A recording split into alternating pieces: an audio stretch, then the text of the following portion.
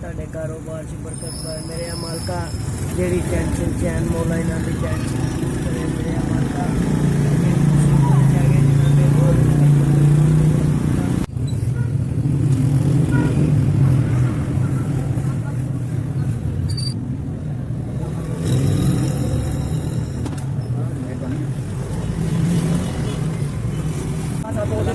हमारी दुआएं आपके लिए अल्लाह हमारा इमाम 14 मुसलमान ये हमारे लिए जो है ना अल्लाह के लिए सबसे बेहतर है। अल्लाह तुम्हारे कारोबार मालिक से बरकत करे। अल्लाह तुम्हारे दुश्मन दूर करे।